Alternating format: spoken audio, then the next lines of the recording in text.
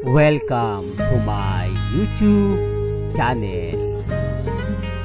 Kung bago ka lang sa channel na to at true-blooded Aldab Nation ka, tama po ang channel na pinuntahan mo.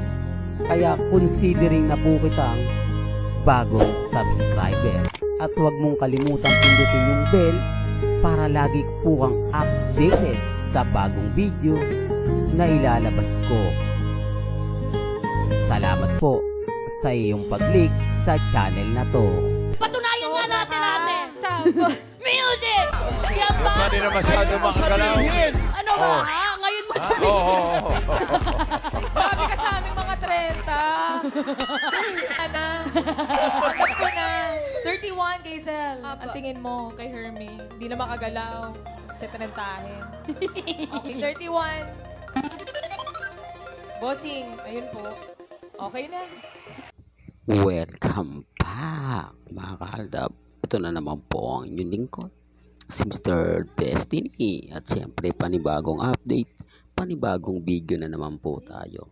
Nakakatuwa po itong video na to mga kaaldab, na talagang marami pong nagkomento.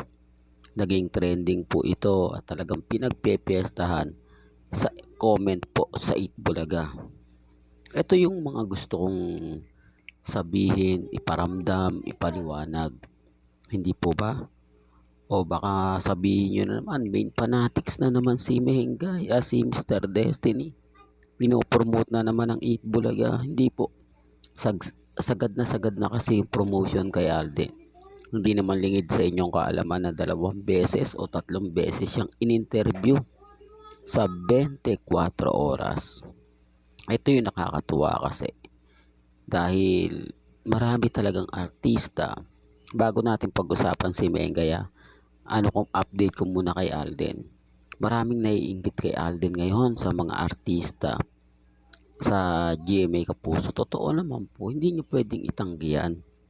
Kasi basta nag-click si Alden, interview agad ng mga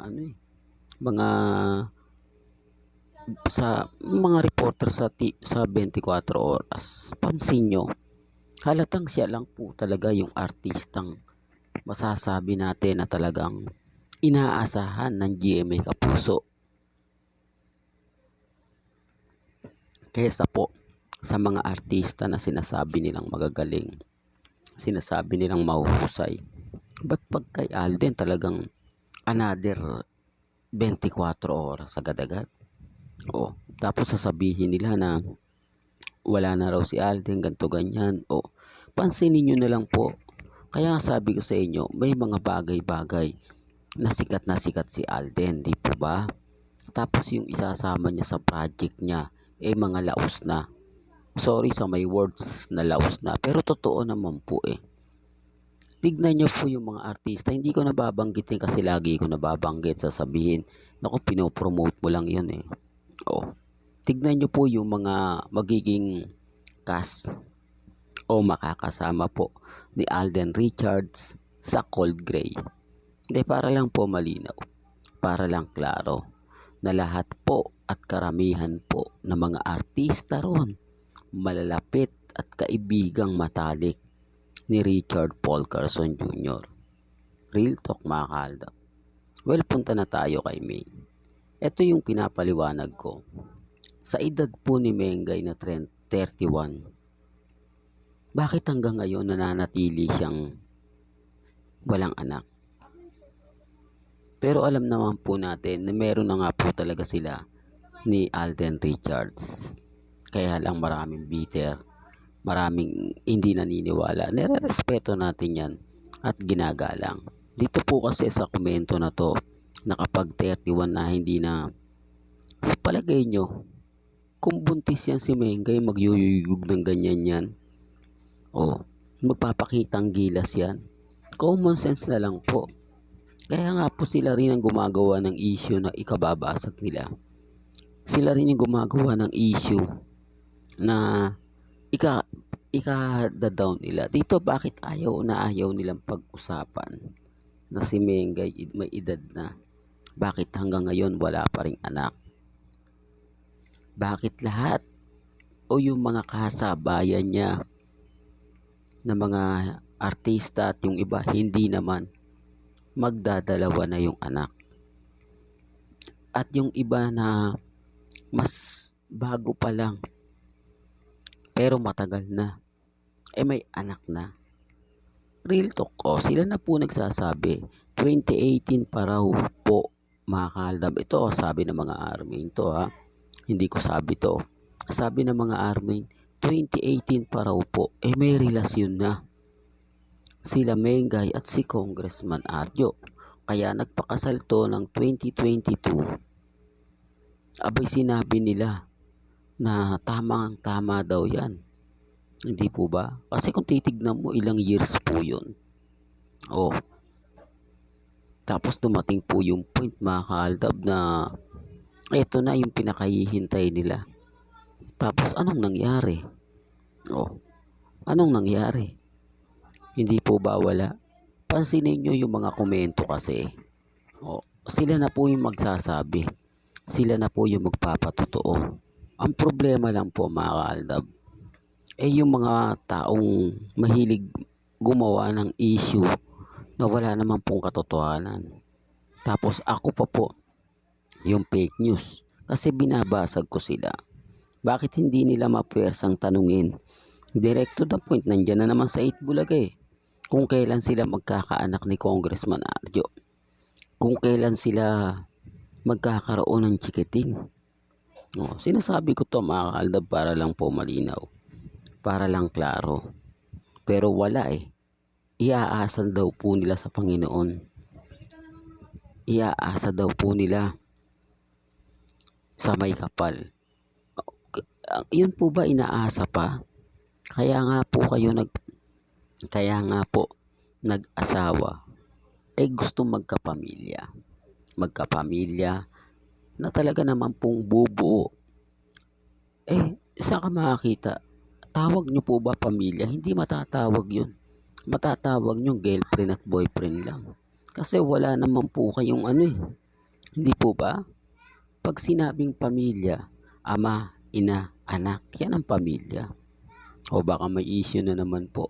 May mag-react na naman po sa akin. Well, nire-respeto ko po kayo. At ginagalang. Alam ko naman po na bawat sabihin ko, alam ko naman po na bawat ipaliwanag ko, maraming hindi sasang-ayon. Maraming maiinis. Maraming magagalit. Kasi nga po, aldab ako. Lahat daw ng kwento ko o balita ko, update ko, pabor sa aldab. Lahat mo naman kasi ng pinapakita ni Mengay at ni Alden, umaayon po sa amin. Yung ambush interview niya. Yung pagsagot ni Mengay sa mga tanong sa kanya. Pwede niyang sagutin yan at basagin. Lalo na nga po kaming mga Aldab Nation. Pero bakit hinahayaan niya kaming mamayagpag? Bakit hinahayaan niya po kaming maging kampante? Na po pwede naman po siyang magpakita ng motibo na wala na po talagang Aldab. Na tapos na talaga yung Aldab.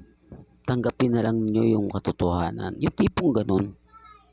Yung tipong manggagaling po mismo kay May Polkerson. Yung tipong manggagaling po mismo kay Richard Polkerson. Hindi po ba? Kaya lang walang ganun Walang yung tipong yung tipong talagang mapapaisip ka na ganito talaga. Bakit ayaw nilang sagutin? Bakit ayaw nilang paliwanag? Pero wala ando na po yung point mga kaaldab na tayo yung panalo talaga.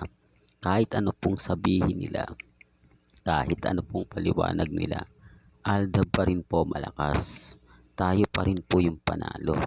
Balibalik na rin man po nila yung sitwasyon, sabihin naman po nila o hindi, Aldab pa rin po ang malakas.